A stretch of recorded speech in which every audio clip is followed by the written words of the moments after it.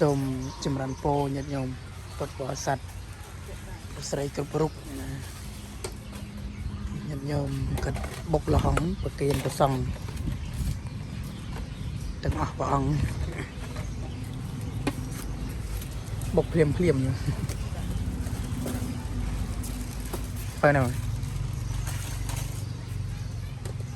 ប្រុសនេះមានស្រីនេះ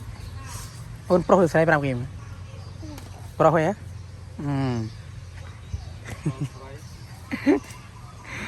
តែមិនបាច់ទេចូលចិត្តស្លៀកបែបស្រីហ្នឹង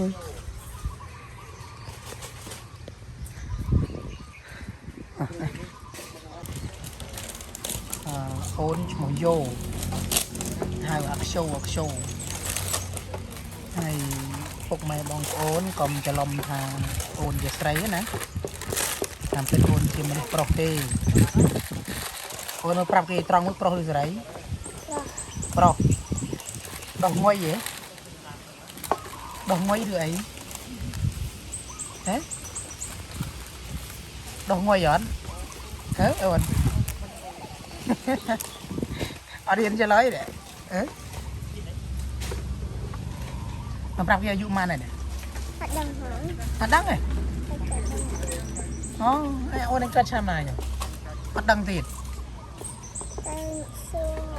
តើសួរម៉ាក់អូនមែនទេអូនអត់ដឹងខ្លួនឯងមែនទេចានោះហើយកុំដើរគៀកលោកពេកហ៎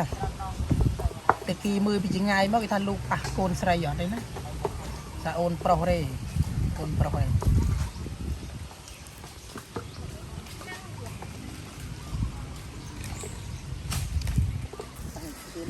ច្រើនពរញាតិញោមថ្ងៃនេះញោមលៀងកងឡានវត្តសវណ្ណគិរី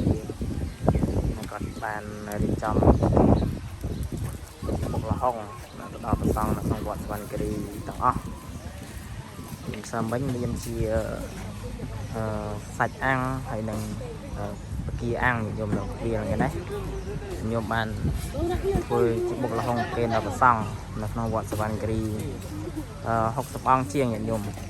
ពេលបងហងដល់ប្រសង់ណានមោទនីជ្រះថ្លាសេចក្តីល្អរបស់ញោមលៀងទាំងអស់គ្នាដែលគាត់បានលះបង់នៅញ៉ាំជារយៈលះបង់ទ្រព្យសម្បត្តិដល់ខ្លួនរបស់គាត់ដើម្បីបំពេញបុណ្យកុសលរួមជាមួយក្រុមគ្រួសាររបស់ញោមនេះប្រសង់កំពុងតែឆាន់ញាតិញោមឆាន់បុកលហុងអាហារចន្លោះកាលពងឆានដែរញោមពងឆាននេះញោមអាចត្រេកអរអនុមោទនាជាមួយបុណ្យកុសលដែលញោមលៀងក៏បានធ្វើបុណ្យកុសលនេះញោមគាត់ទៅនៅជូនទៅដល់ម្ដាយរបស់គាត់ដែលបានស្លាប់ចែកឋានទៅលោកក្នុងបុកឲ្យបុណ្យកុសលសូមទៅជូនដល់ពួកគាត់ឲ្យបានអនុមោទនាត្រេកអរនៅបុណ្យដែលញោមលៀងបានធ្វើនៅក្នុងថ្ងៃនេះមុនឆានណាស់ទេខ្វះហើយចុះខ្ញុំគាត់យកមកហើយណាញោមជាខ្ញុំលៀងហើយនឹងសាច់ញាតិកំពុងតែស្វាស្វែងធ្វើញោមហើយព្រះអង្គខ្លះបានក៏លោកឆាន់បដាព្រះអង្គខ្លះបានលោកនៅក្រោយញោមឆាន់នៅក្រោយនេះញោមកំពុងតែធ្វើញោមតែប្រហែល2នាក់នេះឯងញោមកំពុងស្វាស្វែងធ្វើប្រគិនជាទៀនមួយដែលល្អដែលញោមលៀងបានធ្វើញោមចាស់បុណ្យចាស់បុណ្យ